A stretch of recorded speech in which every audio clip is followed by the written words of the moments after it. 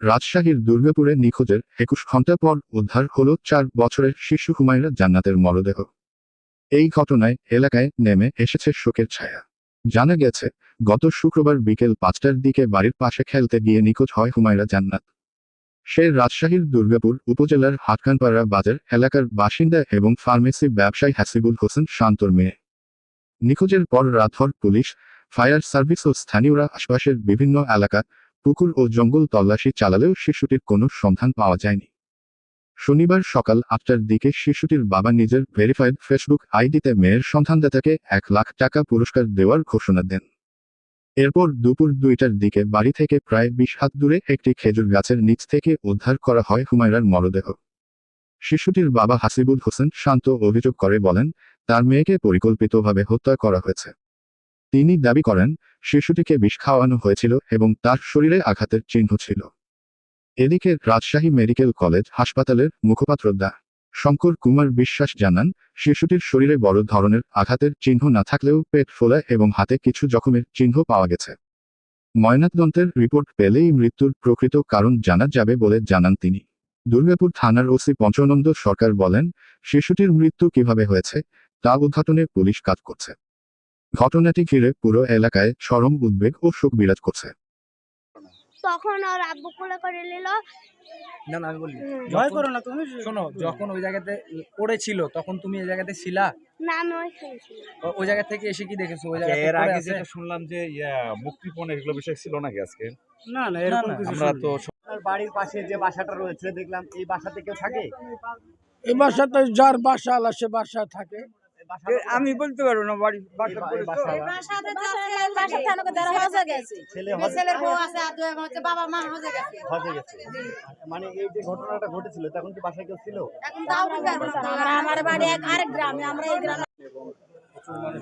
প্রথমত এলাকায় তো প্রচুর মানুষ আসলো, আসার পরে আমরা প্রথমত পুকুরে খুঁজলাম, এই বাঁশঝাড় জঙ্গলে খুঁজলাম, তারপরে শহর মসজিদ সব জায়গায় মাইকিং করলাম। পরে ফায়ার সার্ভিস আসলো, পুলিশ আসলো, এসে কোনো সুরা হয়নি। এটাই, বাড়ি ঘর এখন পর্যন্ত খোঁজা হয়নি, এই কাজটা করেন। আমি দাদি হই, আমার সাওয়ালের আমি মৃত্যুর বদলে আমি মৃত্যু চাই, আমি কিছু চাই না। আমার সাওয়ালের যেমন হিংসা করে মারিছে, আমি তার ফাঁসি চাই, আমি তার ফাঁসি চাই। সে যে আমার আপন জন কেন না হয়, তা আমি ফাঁসি নিব, আমার কোনো কথা নাই। আমার দুধের শিশুক মারল কে? মৃত্যু দিতে হবে, যে জানে বদলে জান চাই, যে অবলা শিশুক মারিছে তাকেও যেন মৃত্যু দিতে হয়। আসলে আপনি একটু আপনার তরফ থেকে আসলে এটার কি দাবি চাচ্ছেন? ঘটনার কি দাবি চাচ্ছেন? আমিও তাই বলছি যে মৃত্যু চাই। মানে যারা জড়িত আছে হ্যাঁ, প্রশাসন খুঁজে বের করে তার যেন সর্বোচ্চ হ্যাঁ শাস্তি সাজা হয়। মুক্তিপণের কোনো বিষয় আসেনি? না না, মুক্তিপণের এই বিষয়ে কোনো আসেনি। আচ্ছা, আপনি এসে কি দেখলেন বা কি শুনলেন? বিষয় হচ্ছে যে আমরা তো মনে করেন কালকে থেকে দেখছি। বিষয় হচ্ছে আমরা যেটা আমরা দেখিনি, শুনলাম যে তিনটা বাচ্চা এখানে খেলাধুলা করছিল, খেলতে খেলতে বাচ্চাদের মধ্যে কি হয়েছে, এই বাচ্চা দৌড় মেরে চলে গেছে।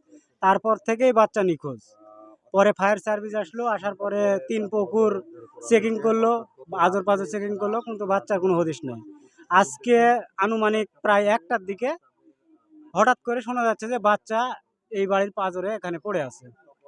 তখন তার আত্মীয় স্বজন তাদেরকে মেডিকেলে নিয়ে যায় এবং রাজশাহী মেডিকেল কর্তৃপক্ষ তাকে মৃত ঘোষণা করে, এতটুকু আমরা জানি। এই শোনার পরে এখানে আসি, আসে বলছি যে ওখানে ছিল, রাখিয়ে গেছে বেলা 1টার সময়। কিভাবে রেখে গেছিল? আমরা কেউ দেখিনি, তো আমরা এসে শুনছি। বস্তা অবস্থা খুঁড়া খালি গায়ে ছিল, আপনার জামা ছিল, জামাটা আমার কিছুই ছিল না আপনার গায়ে, খালি একটা পেন ছিল আর উপরে গোটা গায়ে দাগ, মারের দাগ, তরসর করা হয়েছে আপনার গায়ে। প্রাথমিকভাবে কি ধারণা করছেন এটা?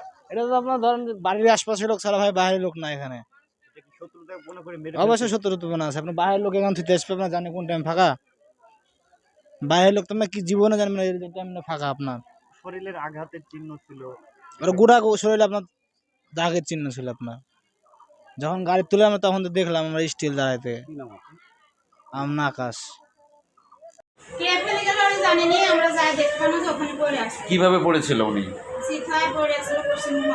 পশ্চিমমুখ মাথা দিয়ে, আচ্ছা, মানে কারোর মধ্যে ছিল না এমনি পড়েছিল এমনি মাটিতে? তখন কোনো জ্ঞান ছিল? হুম। অচেতন অবস্থায় রাজশাহীতে নিয়ে গেছেন। ঠিক। যখন যাচ্ছিল তখন একটা মহিলা আমার বললো যে বাড়ির মধ্যে এসে বসে বাড়ির বোরা আমরা যাচ্ছি সকাল ওখান থেকে ওই মহিলাটা উঠে আসছিল তখন আমরা যাচ্ছি আমার এগুলো বাড়ির মধ্যে বসে তখন আমি আমার বলবো যে বাচ্চা কত খেলতেছিল কোন জায়গা তখন দেখা দিল যে ওখান থেকে ঘুরে আমরা বললো যে বাড়ির মধ্যে বসেন কেন আমরা বসে আসে আমি বলছি যে এ পা দেওয়া রাস্তা আছে তো বলছে হয় মানুষের কাছে হয় রাস্তা আছে রাস্তাটা একটু দেখে আসি চলে দেখে এসে ভুলে যা দেখছি যে ওখানে বাচ্চা কোনো আঘাতের চিহ্ন টিহ্ন ছিল? পিঠে আঘাতের চিহ্ন আছে তো তাই দেখি বাচ্চা আমাদের নিয়ে ওই মহিলা দেখেছে। কি নাম আপনার নাম কি? আমার নাম সালামু মরদেহটা কোথায় পাওয়া গেছে?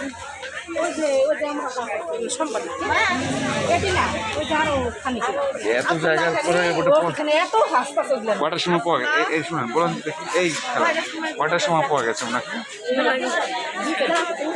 2টার দিকে। ওখানে কি করতেছিল উনি? মানে এমনি অজ্ঞান পড়ে আছে এরকম? সেগুলো বেঁচে ছিল? ও আচ্ছা, বস্তার মধ্যে কারা করছে এরকম খোঁজ নেই? আচ্ছা, এখানে কোনো বাড়ির লোকজন পলাতক নেই তো?